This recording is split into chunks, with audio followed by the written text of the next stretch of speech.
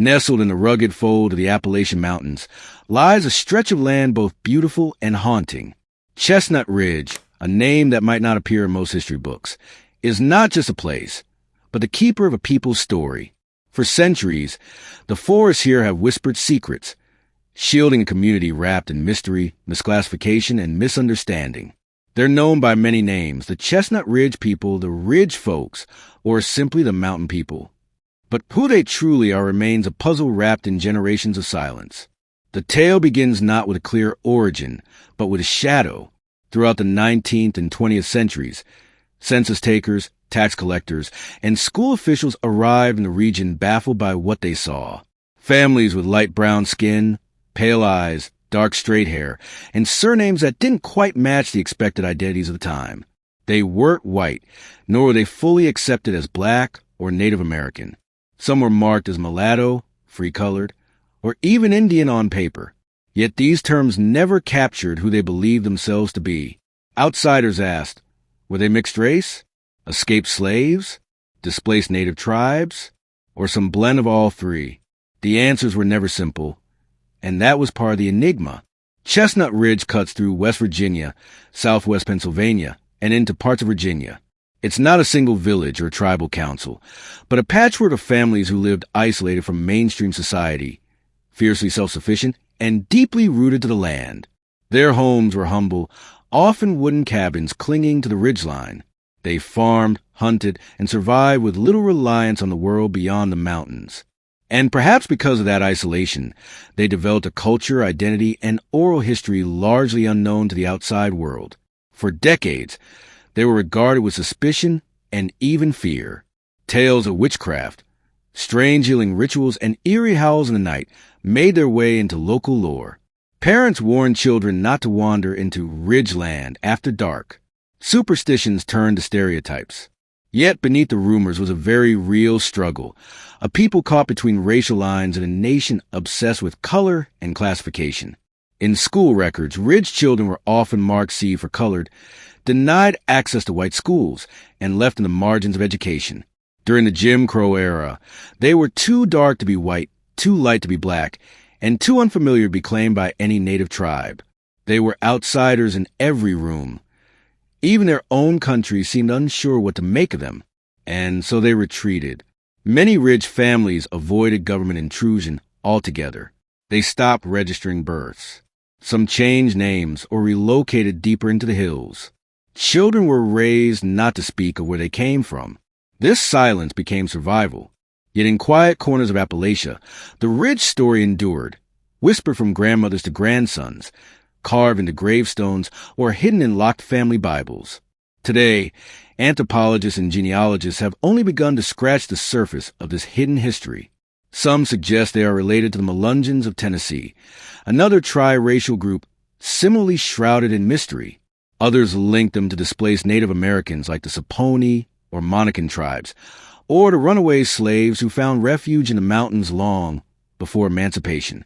Intermarriage, necessity, and seclusion created something wholly unique. But this documentary isn't here to provide easy answers. It is here to ask the right questions. What happens when the people are denied the right to name themselves? What becomes of identity when the world insists you fit in a box you've never belonged to?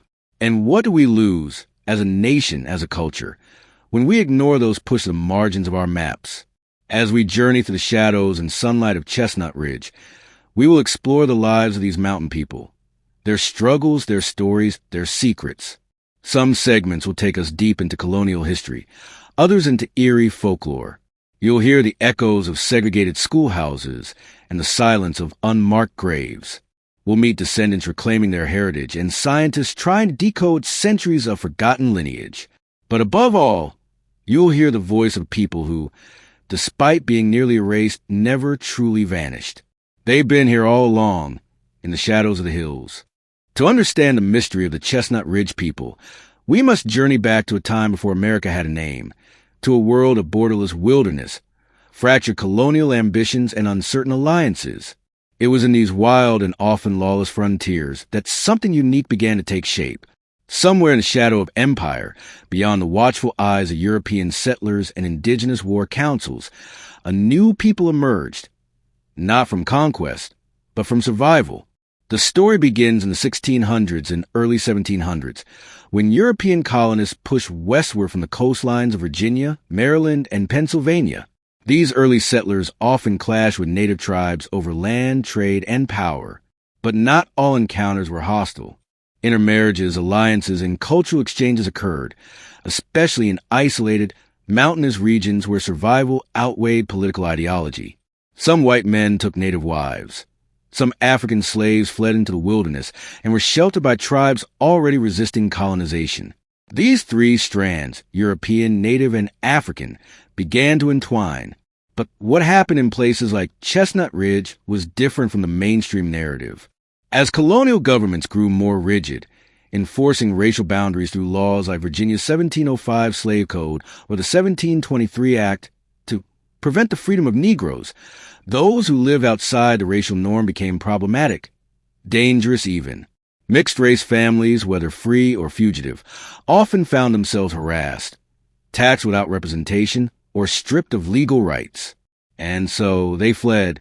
They moved into the Appalachian interior, lands that no one wanted, lands considered too harsh, too remote, too wild. Chestnut Ridge offered isolation and anonymity. Here, people could live off the land, marry whom they please, and exist outside the categories imposed by coastal elites. Over time, they created insular communities, not bound by flags or tribes, but by kinship, mutual aid, and secrecy. Some scholars have proposed that these settlers were part of a larger migration of what were called triracial isolates. These were communities of ambiguous racial ancestry, found in various parts of the American South. The Melungeons in Tennessee, the Lumbee in North Carolina, the Brass Ankles in South Carolina, the Red Bones in Louisiana. They were often labeled free persons of color in official records, but their actual ancestry and self-identity was far more complex. Chestnut Ridge stands out because it remained largely untouched by the outside world for much longer. Its geography, steep ridges, dense forests, unreliable roads, discouraged travel and trade. This isolation allowed a fragile but distinctive culture to take root. The families that settled there intermarried, passed down surnames like Dalton, Kennedy, Goins, or Norris, and raised children who learned to hunt, farm, and survive without asking permission from any government. Their origin stories, passed down in hushed tones and private letters, rarely matched official history. Some spoke of an ancestor who escaped bondage and married a native woman. Others told tales of Portuguese or Spanish sailors washed ashore long before Jamestown. Still others insisted they were simply Ridge people, no more, no less, and had always been there. In the absence of documentation, legend filled the gaps. But what's clear is that these families were often aware of the dangers of being different. Colonial authorities feared these unclassifiable communities. If a person could not be neatly labeled as black, white, or native, they disrupted the social hierarchy that kept the colonies in order. Racial purity was not just a matter of pride. It was economic, legal, and political. A person's race could determine if they were allowed to vote, marry, own property, or walk freely down the street. The Ridge people, by their very existence, challenged all of that. Over time, the Chestnut Ridge families developed their own survival strategies. Some registered as white on tax rolls when they could. Others accepted being called colored or Indian to avoid persecution. Many simply avoided official systems altogether. They didn't go to county courthouses. They didn't baptize their children in town churches. Their records, if they existed, were usually buried deep in family Bibles or never written down at all. Despite their careful avoidance of attention, the Ridge people weren't invisible. Local whites knew of them and often resented them. Their mixed ancestry became the subject of gossip, suspicion, and sometimes violence. Yet they endured, and not just endured, but built entire communities hidden in the ridgelines. Schools, churches, graveyards, all existed outside the formal recognition of the state. The Ridge became not just a location but a boundary, a border between freedom and exposure, identity and erasure. As the United States marched toward nationhood, the Chestnut Ridge people remained on the margins, part of the story, but never included in the national narrative. Their survival depended on silence, on the land protection, and on each other. But their past, though buried beneath generations of secrecy, did not disappear. It waited, patient and persistent, in the mountain hollows, in faded photographs, in whispered stories and forgotten names. Now, in this series, we begin the task of bringing those stories back into the light. If you ask an elder from Chestnut Ridge where they come from, don't expect a simple answer. You might get a shrug, a guarded smile, or a cryptic phrase like, "We've always been here." In a world that demands definitions, racial, legal, historical, the Ridge people have long resisted being boxed in. Their identity isn't easily explained in census categories or blood quantum percentages. It lives in the stories passed around wood stoves, in old hymns sung in weathered churches, in the silence between generations. This segment opens a door to those voices, the oral histories of a people who were never given a chance to write their own story, but never stopped telling it to each other. Imagine sitting in a dim kitchen with a tin roof rattling in the wind.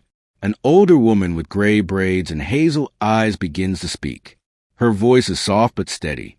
She says her grandmother was part Indian, maybe Cherokee, but never dared say it aloud. Her grandfather had skin like a tan hide and spoke in a strange dialect, not quite black, not quite white, not what you call Appalachian either.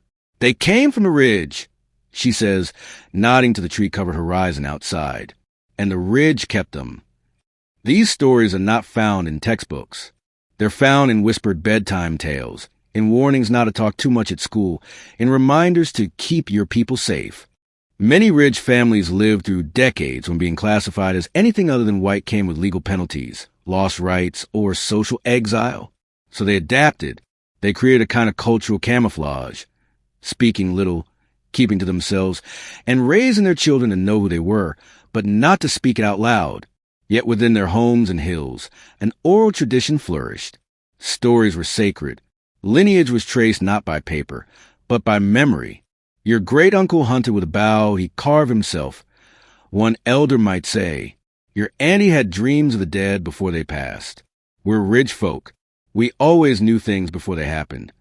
Many of these accounts speak of resilience. One man, now in his 70s, recounted how his father built a log cabin from trees felled by hand and never left the ridge except to sell apples once a year.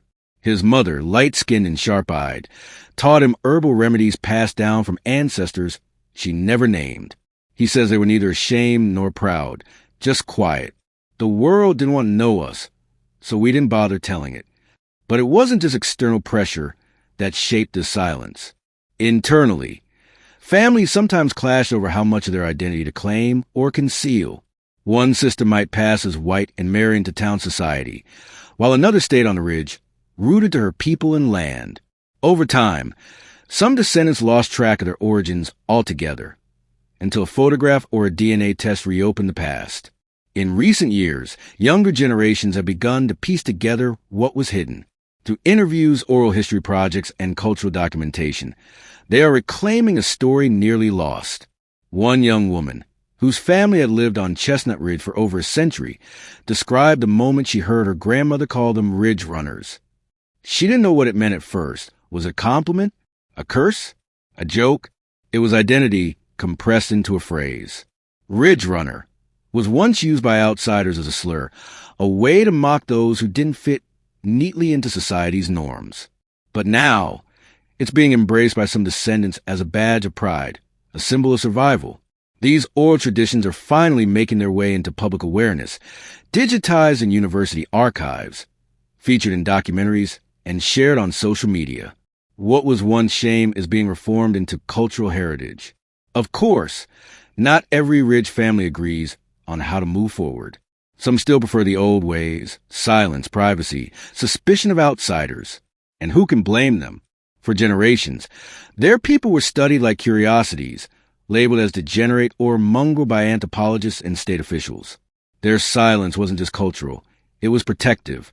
And even now, opening up can feel like a risk. Still, others see this moment as a reckoning, a chance to speak for themselves in their own voices before the stories are lost forever. Because for all the guesses, Melungeon, triracial isolate, lost tribe, the truth is this: the Chestnut Ridge people are not a puzzle to be solved. They are a people to be heard. Their identity is not fixed in documents, but alive in memory. It is found in the way a grandmother tells a story, the way a name is passed down, the way a community insists on its right to exist on its own terms. And perhaps that is the most powerful form of resistance, to endure not in silence, but in story. In the United States, race has never been just a matter of biology. It has been law, policy, and punishment. From the founding of the country, classification was wielded like a weapon, a tool for controlling who could vote, who could marry, who could own land, and who counted as fully human in the eyes of the state. For the Chestnut Ridge people, the system did more than marginalize them. It tried to erase them entirely. From the 1700s onward, the Ridge people lived under a racial regime that made no room for ambiguity. The one-drop rule, legally cemented in many southern states, dictated that any trace of African ancestry placed someone into the category of black, no matter how they lived, spoke, or looked. Native Americans, too, were steadily written out of existence by being reclassified as free persons of color or mulatto. And for those like the Chestnut Ridge families, whose ancestry blended African, European, and indigenous lines, there was no official space to exist. They were simply labeled other. The U.S. Census, taken every decade, reveals the bureaucratic violence of this system. Families who had lived in the same cabin for generations might see their racial designation change from white in one census to mulatto in the next, and then to Indian or colored later on. Not because it had changed, but because a different enumerator held the pen. Some Ridge people were labeled M for mixed, or more cryptically, FPC, free person of color. In some cases, entire families were split across racial categories, siblings listed differently based on skin tone or assumption. This shifting classification had real consequences. Schools in West Virginia and Pennsylvania, even into the mid-20th century, remained segregated. Children from a Ridge were often denied admission to white schools, yet were too light-skinned or too culturally distinct to be welcomed in black institutions. Some counties even built separate, underfunded schools just for Ridge children, unofficially known as Indian schools or colored academies. In other places, Ridge families were simply left with no access to formal education at all. Marriage laws also reinforced this exclusion. In states like Virginia and Maryland, anti-miscegenation laws banned interracial unions, and anyone classified as colored could not legally marry someone deemed white. Chestnut Ridge couples who had always considered themselves of one race were suddenly criminalized because a clerk had written the wrong code beside their name. To marry, some fled across state lines, lied about their background, or lived as common-law spouses in defiance of the law. The pressure to pass as white became a strategy for survival. Some Ridge families moved away from the mountains, changed their surnames, and slipped into white society, cutting ties with their kin to ensure their children a safer future. Others resisted, holding fast to their traditions and enduring the consequences. The trauma of these choices lingered in the silence between generations. Grandchildren were raised with warnings, don't ask questions, or never talk about where we came from. Yet the need for self-definition never disappeared. Throughout the 20th century, Ridge people were approached by sociologists, anthropologists, and journalists, some well-meaning, others not. They were studied as racial anomalies, charted on strange genealogical trees, and written about in academic papers with dehumanizing language. One early 1900 study described them as degenerate hybrids and poor mountain stock, treating their heritage as a curiosity rather than a culture. These outsiders collected blood samples, took photographs, and cataloged Ridge families as if they were exhibits in a museum, all without offering dignity, agency, or even consent. Many Ridge elders remember these encounters with bitterness. They wanted to poke and prod and take our names, said one woman, but they didn't want to understand us. Some Ridge communities responded by closing ranks, refusing interviews, and disappearing further into the hills. Others found strength in the very thing the world tried to erase, their difference. In the late 20th and early 21st centuries, a quiet reclamation began. Activists, descendants, and scholars, many of Ridge ancestry themselves, began to challenge the old narratives. They unearthed church records, family Bibles, land deeds, and oral histories. They pushed for recognition, not in terms of state benefits or federal acknowledgement, but in truth, the right to be named, remembered, and respected. Still, the legacy of misclassification casts a long shadow. Some Ridge descendants today don't know their full ancestry because the records were deliberately obscured or lost. Others live with the echoes of segregation, exclusion, and stigma, not as distant history, but as family memory. Perhaps the deepest wound of all is the way Ridge people were denied the chance to define themselves. Their story was told by census takers, legislators, and academics, but rarely by them. And so, in this series, we return the narrative to where it belongs, to the people who lived it. They were never other. They were never a mistake of bloodlines. They were and still are a people shaped by history, but not defined by its labels. Chestnut Ridge is not a place you stumble upon. It does not announce itself with neon signs, highways, or tourist traps. It stretches quietly and stubbornly through the Appalachians, a backbone of forested hills, winding dirt roads, and ancient stone. For generations, it served as a refuge to those who had nowhere else to go and nowhere they were allowed to be. But the same landscape that sheltered the Ridge people also cut them off from the rest of the world. Geography, in their case, was both a blessing and a curse, a guardian and a prison. The isolation of Chestnut Ridge helped preserve its culture. Without interference from governments, missionaries, or reformers, families could live according to their own customs. They raised livestock, tended small gardens, hunted wild game, and built cabins from the trees around them. Stories were passed down by word of mouth, songs by memory, and knowledge by apprenticeship. While much of America chased modernization, the Ridge held to older rhythms, dictated by the seasons, the soil, and survival. But this isolation wasn't always voluntary. Many Ridge families had been pushed into the mountains by discrimination and violence. Fugitive slaves, expelled native families, and impoverished European settlers sought the one place that didn't ask questions. The hard, hilly land that others refused to tame. The terrain demanded resilience. Winters were brutal, medical help was miles away, and roads, when they existed, often turned to mud in spring and froze solid in winter. Yet in this seeming hardship, something remarkable happened. The Ridge people built communities that, while small and often hidden, were deeply interconnected. Kinship networks sprawled across valleys. Cousins, uncles, and neighbors worked side by side, shared food, raised each other's children, and protected one another fiercely. Weddings were community events. Funerals, sacred rites. There was a sense of belonging, not to a nation or race, but to the Ridge itself. The Ridge, however, didn't just isolate its people physically. It isolated them socially and politically, too. Living so far from the centers of power meant little access to education, healthcare, or public infrastructure. Schools, when they existed, were often one-room buildings with underpaid teachers and no supplies. Roads were rarely paved. Electricity arrived late, if at all, and while these communities paid taxes, they were frequently ignored by the very systems those taxes supported. Still, many Ridge residents were wary of government assistance. Generations of experience had taught them that visibility often brought harm. Census takers might misclassify them. Welfare agents might label them unfit and take their children. Doctors might treat them as curiosities. Some families refused to even sign birth certificates, fearing that formal documentation would invite scrutiny. This cautious relationship with the outside world made Ridge communities self-reliant. They developed intricate knowledge of herbal medicine, natural remedies, and survival techniques. Midwives delivered babies at home. Elders treated wounds with poultices and teas. Hunting, trapping, and foraging weren't just pastimes, they were necessities.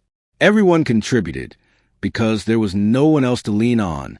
But by the mid-20th century, the outside world began to encroach. Paved roads brought strangers.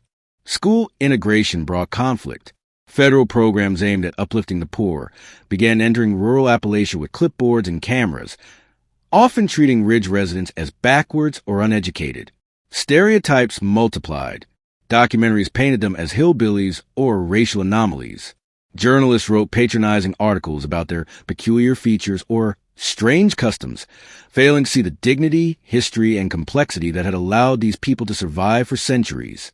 At the same time, younger generations began to leave, tempted by jobs in towns or cities.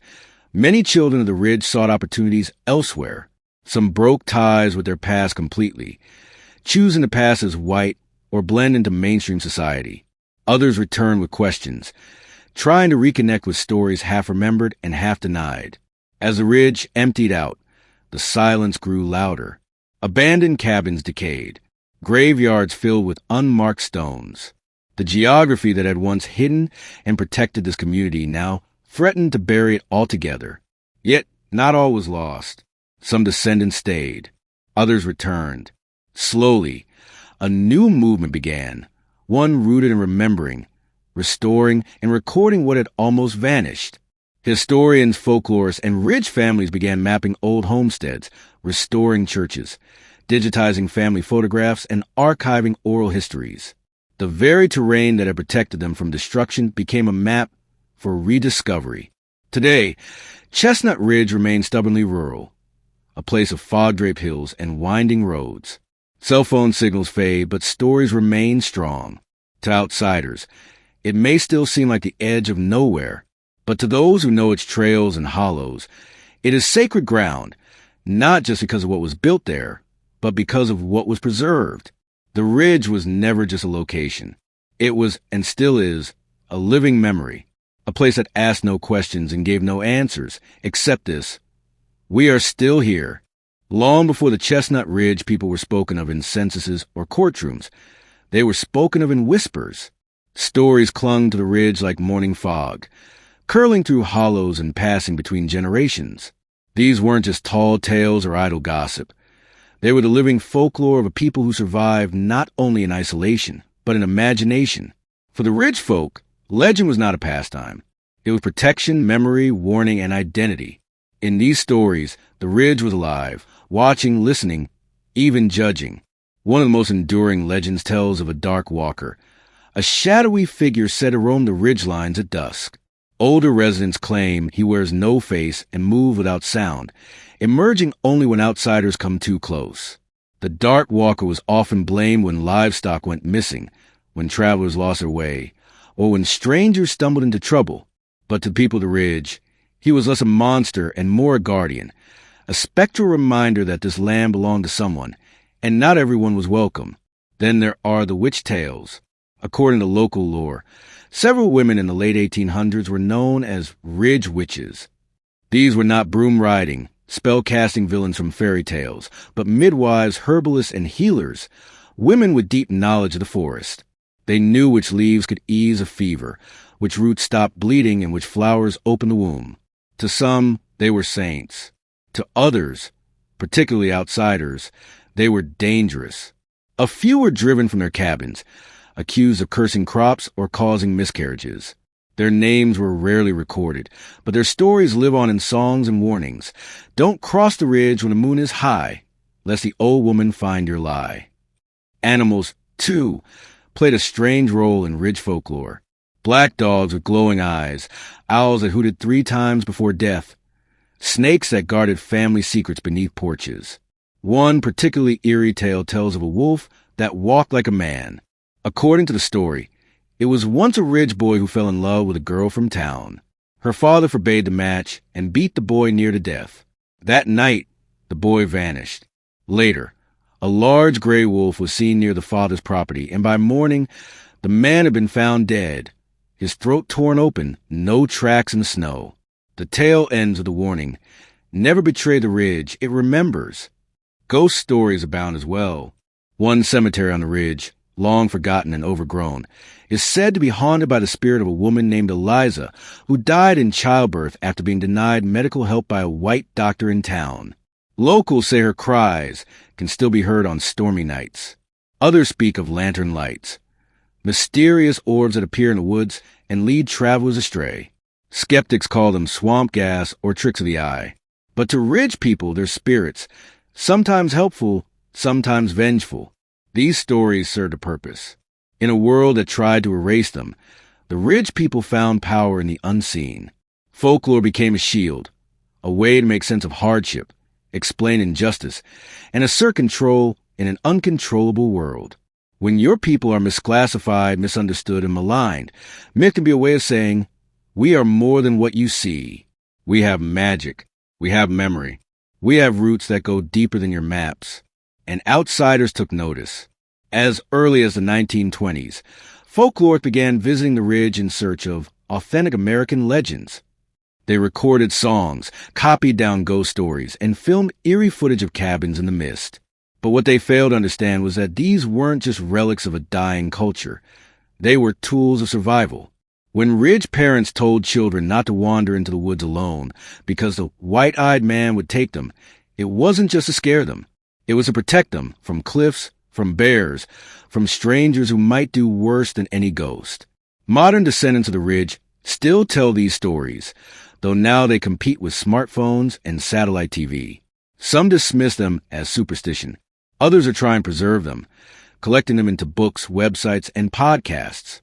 A few families still hold private storytelling nights where elders pass on the old legends, ensuring that the ridge doesn't forget. Because in the end, folklore is history with its skin off. It reveals not just what people believed, but what they feared, what they valued, and how they saw themselves in a world that didn't see them at all. For the Chestnut Ridge people, these stories were never fiction. They were inheritance. And as long as they are told, the ridge lives on, not just in the hills, but in the hearts of those who remember. By the time the 20th century rolled in, the Chestnut Ridge people were still living much the same way their ancestors had, rooted deep in the land, relying on kinship, hard work, and inherited knowledge. But outside their secluded world, modern America was marching forward. The country was building railroads, opening public schools, drawing sharper racial lines, and codifying who had access to education, opportunity, and full citizenship. For the Ridge people, this new world didn't bring progress. It brought pain and a whole new set of battles they never asked for. One of the most brutal arenas of that struggle was education. For most Ridge families, formal schooling had never been a top priority, not because they didn't value knowledge, but because survival had always come first. Children were needed at home to work the fields, tend livestock, or help with younger siblings. The schools that did exist were often miles away, underfunded, or outright hostile. Many Ridge children, if they were enrolled at all, were quickly pulled out by parents fearing discrimination, ridicule, or even violence. By the early 1900s, public schools across America were fully segregated by race. But where did that leave children from Chestnut Ridge, a people who weren't easily categorized? The answer depended on the day and on the prejudice of the person holding the pen. In some counties, Ridge children were denied access to white schools and instead placed in colored schools, often dilapidated one-room buildings with few supplies and barely qualified teachers. In others, local authorities created entirely separate institutions for Ridge children, unofficially called Indian schools or mixed schools. These schools, too, were under-resourced and carried a social stigma. Children from Ridge communities were labeled not quite right, not white enough, or even worse, mongrels. The bullying wasn't just from peers. It came from teachers, school boards, and neighbors who saw them as less than. The scars of this discrimination ran deep. Elders today still remember being taunted on playgrounds, being told to go back to the hills, or being punished for speaking with a Ridge dialect. One man recalled being pulled aside by a teacher who asked, "What are you exactly?" as if his very existence was an academic curiosity. Another Ridge woman shared how her father refused to let her attend school at all, fearing the same abuse he'd endured decades earlier. Many Ridge families developed their own responses. Some kept their children home and taught them basic reading, writing, and arithmetic using tattered books or the Bible. Others moved to neighboring counties where their appearance might allow them to pass as white. In a few rare cases, families sued for the right to attend white schools. But those legal victories came slowly, often too late to help the children directly affected. The emotional cost of these struggles was immeasurable. Children grew up confused about who they were, too dark for white society, too white for black society, and unrecognized by any tribal nation. They learned to hide their identity, to avoid questions, to keep their stories close. Some changed their names entirely once they left the Ridge, trying to pass in a world that demanded simplicity. A Ridge boy might become a white man in Pittsburgh. A Ridge girl might move to Baltimore and raise her children without ever mentioning the Ridge at all. But forgetting came at a cost. As more Ridge descendants moved away, the cultural ties that held the community together began to fray. The schools they had once resisted were now closed due to the segregation, and yet their legacy lingered, not in buildings, but in the painful memories of exclusion. Some descendants only learned about their heritage from deathbed confessions or long-lost photos. Others stumbled onto it through genealogical research, astonished to find their family labeled colored in a 1930 census when they had been raised to believe they were white. These modern struggles weren't just about schooling or skin color. They were about identity itself. Being Ridge meant living in a permanent gray area, one that American society had never been comfortable with. And while the civil rights movement, court rulings, and cultural shifts brought some progress, they didn't erase the damage. Many Ridge families remained cautious, guarded, and deeply private well into the 21st century. They had learned that the more visible you became, the more vulnerable you were. Still, change began to stir. In recent years, younger Ridge descendants have started asking hard questions and demanding honest answers. They want to know where they came from. They want to reclaim the history that was denied to their parents and grandparents. And they want to tell the truth, not just about the pain, but about the strength, the endurance, the brilliance that allowed their ancestors to survive a system designed to exclude them. Education, once used to divide and dehumanize them, is now being reclaimed as a tool for resistance and restoration. Oral histories are being recorded. Old school records are being digitized. Family stories are being turned into public exhibits. What was once shame is being transformed into pride. And slowly, the scars of segregation are becoming symbols of survival. The Ridge may have been cut off, but it was never empty. Its people didn't just endure history. They outlasted it. For generations, the Chestnut Ridge people relied on memory, rumor, and whispered family lore to understand who they were. Their history lived in stories passed from grandparents to grandchildren, in faded photographs, in names carved into headstones. But with no official recognition, and with a legacy distorted by racist classifications and academic suspicion, much of that history remained murky. Then, in the early 2000s, something unexpected began to crack open the silence. DNA. What had once been intangible, bloodlines, ancestry, identity, suddenly became testable. With the rise of commercial genetic testing companies like 23andMe, Ancestry DNA, and Family Tree DNA, thousands of people across Appalachia submitted their cheek swabs and waited. And many were stunned by what they found. Among descendants of the Chestnut Ridge community, DNA results often revealed a complex heritage. African, European, and Native American markers showed up side by side. Some had ancestry linked to sub-Saharan Africa, confirming what oral tradition had suggested about escaped slaves or freedmen merging with mountain families. Others showed strong Native American roots, particularly to eastern woodland tribes like the Saponi, Monacan, or Powhatan. European lineage, too, was present, mostly British, Scottish, and Portuguese. The results didn't shock Ridge families. Not really. They had always known who they were. But it startled outsiders, especially those who had long denied the existence of triracial communities in Appalachia. And for many Ridge descendants who had grown up being told to pass as white or hide their roots, the tests offered a strange kind of validation. Here, finally, was proof, even if it came in the form of percentages and pie charts. But the rediscovery was not without controversy. Some Ridge elders saw the rise of DNA testing with suspicion. They questioned whether science could truly explain identity, or whether it was just another outsider's attempt to define them. "I don't need a test to tell me who my people are," one elder said. "We buried them on this land for 200 years. Others feared that DNA tests, while revealing, could be weaponized. Would the government use ancestry percentages to determine who qualified for aid? Would families lose control of their stories? What if a test contradicted the family history a child had grown up with? Did the science win, or did the story still matter?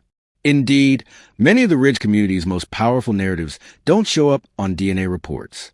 Stories of a great-great-grandmother who fled Virginia on foot, of an ancestor who was the son of a white indentured servant and a Saponi girl, of a line of midwives who could trace their herbal knowledge back to Africa.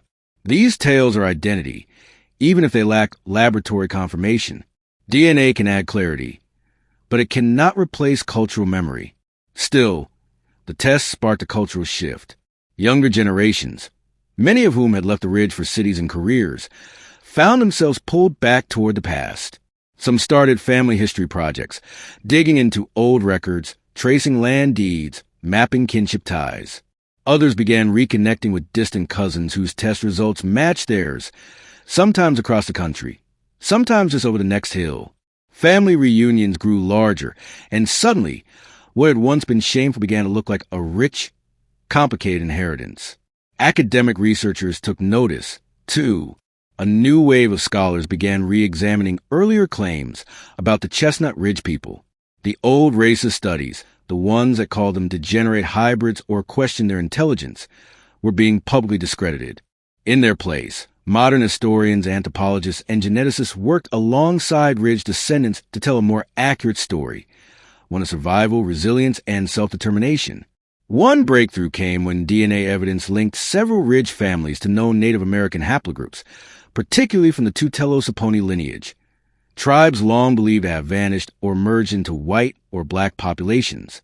This bolstered what many families had claimed all along, that their ancestors were native, even if the U.S. government had never officially acknowledged them. The science also forced a broader national reckoning.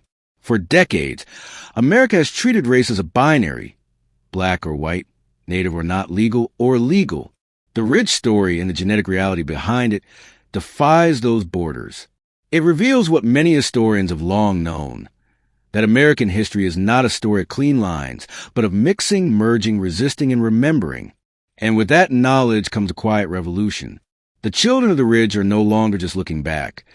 They are moving forward with a new sense of purpose. They are writing books, producing documentaries, starting foundations, and teaching others about their history. Some are advocating for formal tribal recognition, while others reject government labels altogether. What unites them is not a desire for validation from institutions, but the determination to speak for themselves. DNA, in the end, is just a tool. What matters is how it's used.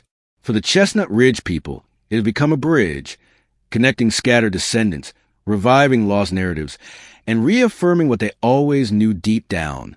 They come from many places, but they belong to one ridge. There is a particular silence on Chestnut Ridge, the kind that wraps around you, ancient and alive.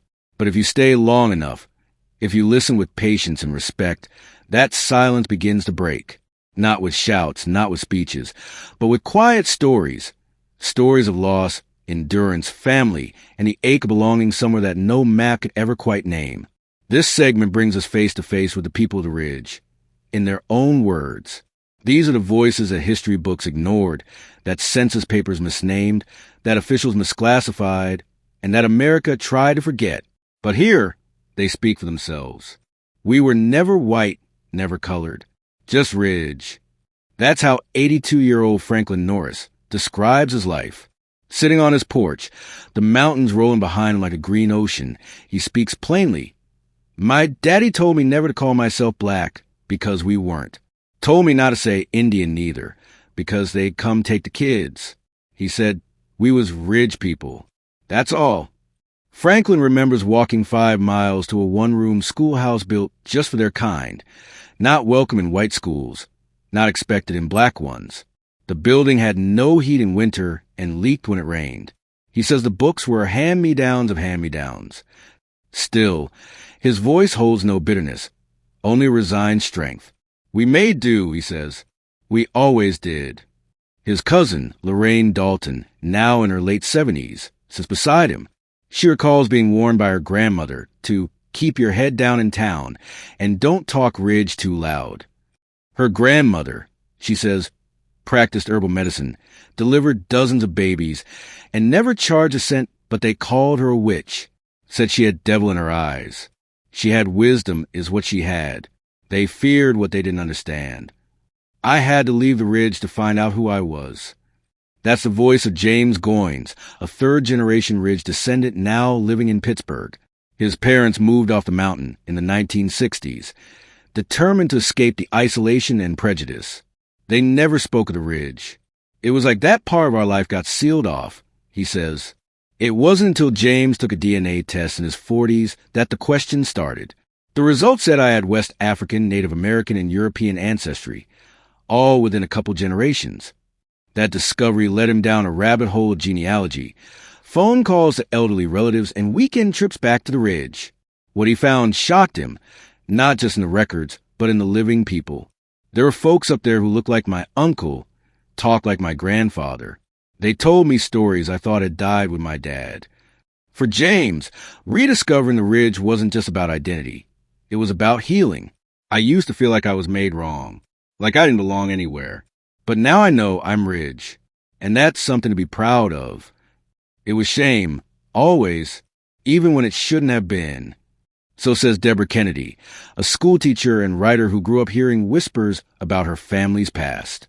My mama used to scrub me before church and say, "Make sure they don't see it on you." I didn't know what that meant for years. As an adult, Deborah began interviewing elders, writing down their stories, and organizing community history nights. She says the pain is still close to the surface for many. There's pride, yes, but there's also grief. Some people buried who they were just to survive. Some still haven't dug it back up. She tells the story of a woman who had hidden her ridge ancestry from her own children, only for one of them to find an old photograph of their great-grandmother with the words, "Indian Granny," written on the back. That picture opened a door she locked decades ago, Deborah says. And now her whole family is reclaiming what was almost lost. We don't need permission to remember.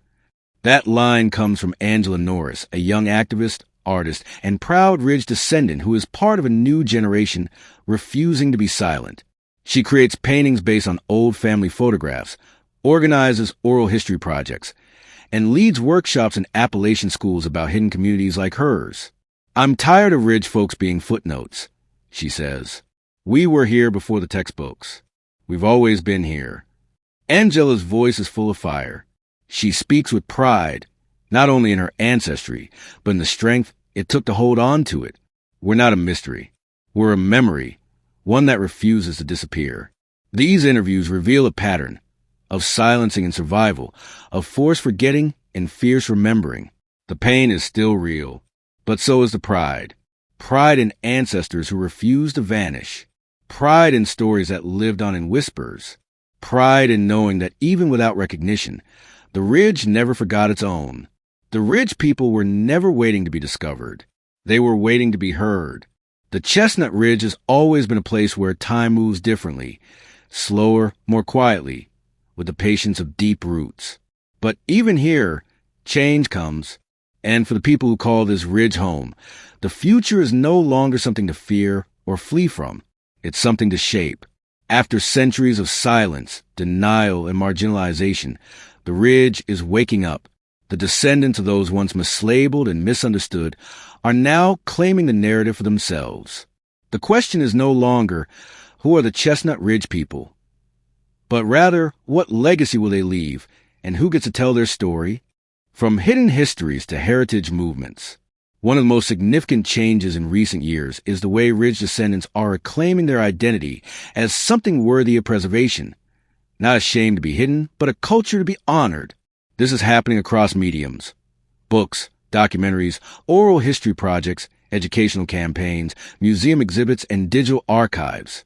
Family names that once only appeared on censuses and court records, Goins, Norris, Dalton, Kennedy, and more, are now featured in self-published genealogies, culture anthologies, and community Facebook groups dedicated to heritage. People are organizing reunions, building family trees, and connecting with long-lost cousins who share the same Ridge bloodline. Some are pushing for official recognition, not necessarily as a tribe in the federal sense, but as a historically unique community with deep tri-racial roots and cultural continuity. The Ridge people may not have a flag or a federal office, but they have what matters more: a shared past and a will to preserve it. Education, teaching what was buried.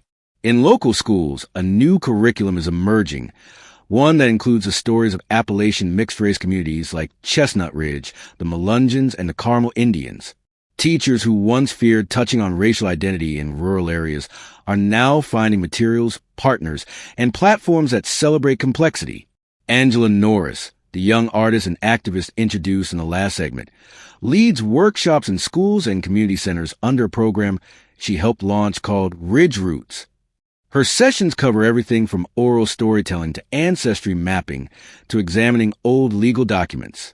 The goal, she says, isn't to change anyone's past. It's to help them see that their past was never broken. Tourism preservation and the fight against erasure. There's also growing interest from outsiders, not just scholars or genealogists, but travelers and history buffs who want to understand the hidden corners of American history. This has led to cautious efforts toward heritage tourism. Guided walks at historical sites, informational plaques at old cemeteries, and community storytelling nights. But with visibility comes risk. Some ridge elders worry that attention will lead to exploitation, that their culture will be romanticized, commodified, or distorted. They fear becoming a spectacle. One elder warned, "We are no ghost town. We're still living here. Don't come around digging graves you don't plan to mourn." The balance between sharing and safeguarding is delicate. Some families have embraced the opportunity to teach and open their doors. Others choose to keep their traditions within, just as their ancestors did for protection. Both paths are valid. Both are part of Ridge's future. Technology and the digital Ridge. Online platforms have been pivotal in preserving and spreading Ridge identity. Genealogy websites have reunited distant cousins. Social media groups allow descendants to share photos, recipes, land records, and family legends. YouTube channels and TikTok pages feature young people sharing Ridge dialect words, songs, and even ghost stories passed down in their families. What once had to be whispered in back rooms is now broadcast to the world, and for many, that's a healing experience. A Ridge girl who once sat silent in history class can now post a video about her heritage that reaches millions. Yet even in the digital world, challenges remain.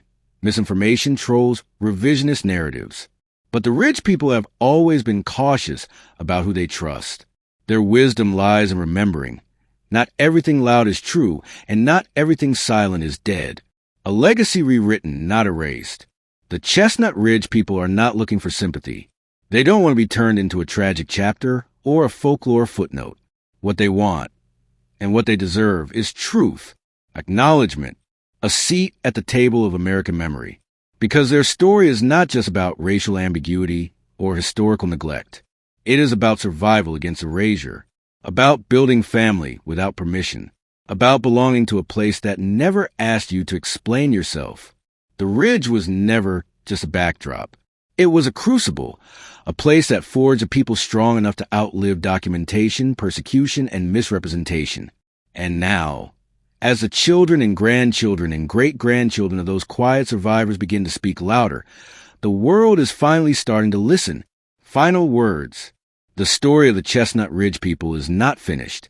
It is still unfolding in family kitchens, in community halls, in whispered memories and bold decorations. It stretches across mountains and centuries. It cannot be pinned down by race, by law, or by outsider assumptions. It can only be understood by listening, because the Ridge still speaks, through its people. And now they're speaking back. Have you ever heard of the Chestnut Ridge people? Let us know in the comments, and don't forget to like, subscribe, and share this hidden history.